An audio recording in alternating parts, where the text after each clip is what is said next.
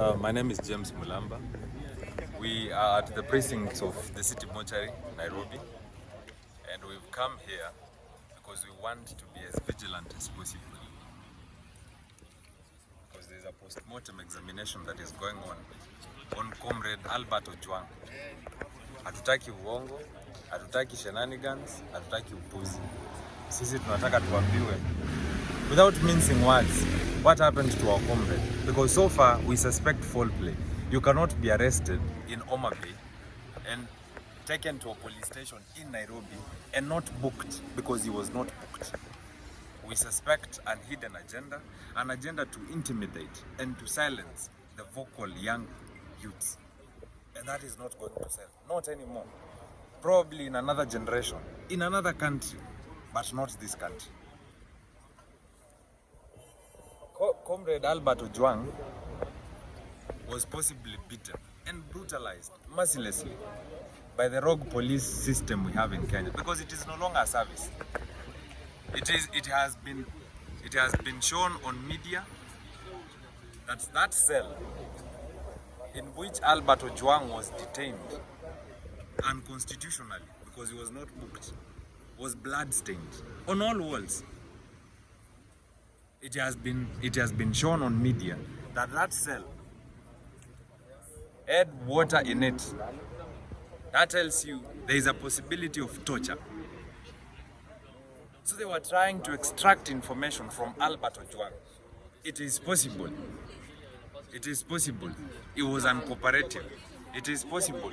He was unwilling to give the information they wanted from him. And all this because of what? Just because he posted some information about the Deputy Inspector General of Police. Is the Deputy Inspector General of Police above the law? If the Inspector General himself is not above the law, then who is? Asanteni sana. Comrade's power. I'm here Lubongo. Actually, I'm here as a comrade, and I'm in solidarity with our fellow comrade who lost his life unconstitutionally. I'm here as a witness. Yesterday we were here, and they were to do the postmortem, but they couldn't for some reasons better known to them. And today we are finally here, and it's happening. One thing is for sure, we should be running to the police for our own security. And it's so unfortunate that it's the police who are causing this mayhem to us. When a robber is after me, the safest place I should go to is a police station. And it's so unfortunate that we can lose a fellow comrade at a police station. Isn't that the place that we should be protected from? Isn't that the safest place you can ever run to? So I'm so concerned as a citizen. We are so disappointed with the way the country is being run. Of course, no one is secure right now. Today it's him, tomorrow it might be me or this other guy or even you. You never know. And it's so absurd that in our country they've normalized killing people. The political class has normalized killing people. It has not become a business of the day. A business of the day. And they make it look like it's nothing to them. Then later on they come to us with regrets in form of compensations. And we don't want that. We don't want compensation. There's no amount of compensation that can bring back a life. There's no amount of compensation that can restructure a person who has been fractured. There's no amount of compensation that can bring back our time that we lose. So I know that as a government, they have failed us, because it's their duty and it's their responsibility to take care of its citizens. And it's so funny that they have a hand in everything that's happening, because you can't tell me that they don't know that this guy was in this and this police station. Why did they have to take him all the way to Central Police Station? Kwani Homa Bay hakuna police station? Manze, kwani hakuna police stations along the way huko? Manze, why did they have to bring him home all the way?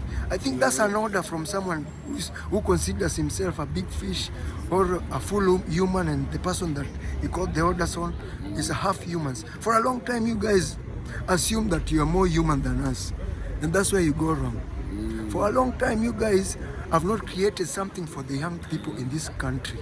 There's still no empowerment for young men. There is no empowerment. There's 62 years, things are still the same.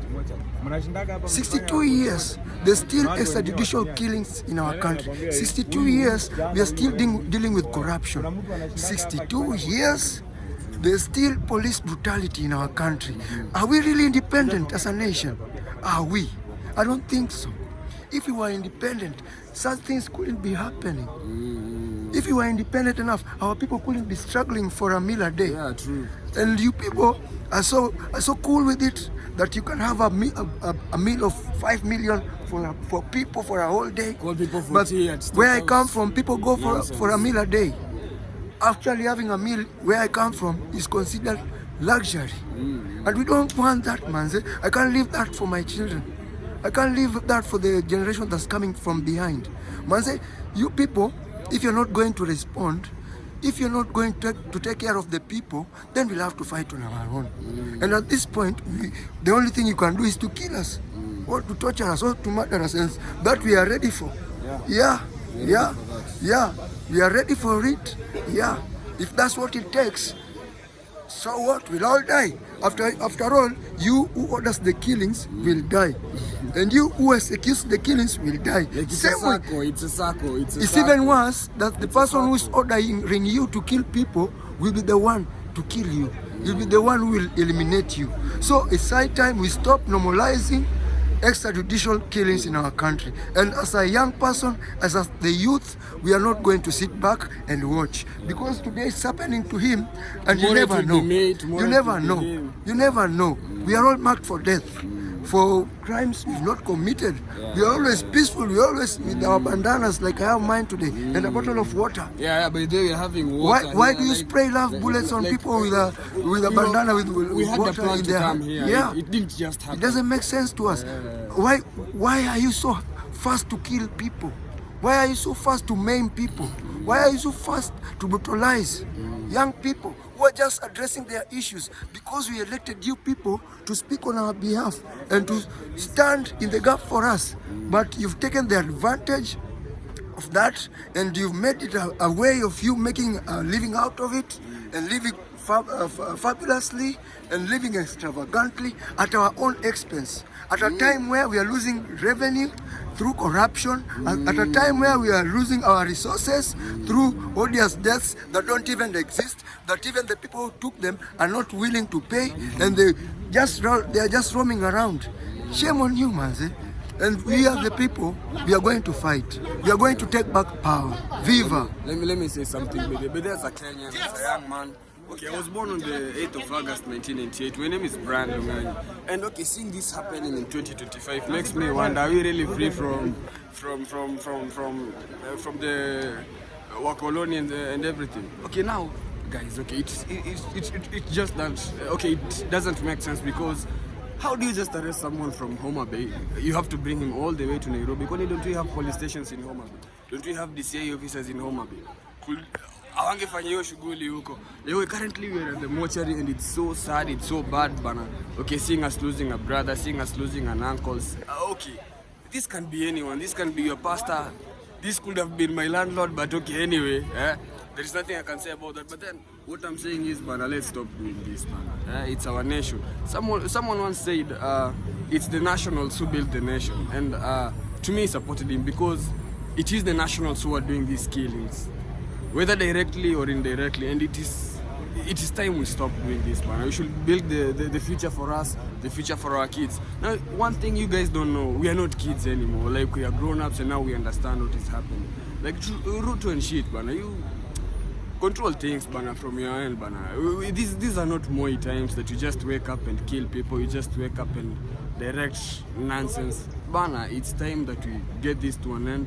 Because, okay, now, for instance, the guy had a family, the guy had people depending on him, know what's happening.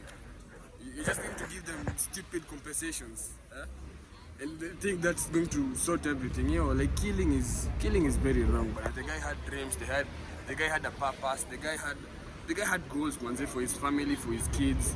You know, like, whatever he did was very wrong. And for now and for the future, it is our prayer that you stop doing this, man. And even if it will take us demonstrating on a daily basis, then that is the direction we're going to take, because we won't take that, manze. Ruto, take that to the bank. May don't care how many times you're going to go. As long as you're there, change the direction, change how the systems are operating. Okay, you might be winning on other ends, but okay, here you're losing, bana. And you're losing it with the youth, bana. Currently there are no jobs. You promised jobs, but like, okay, you're always tengering. When you kutenga tu kutenga.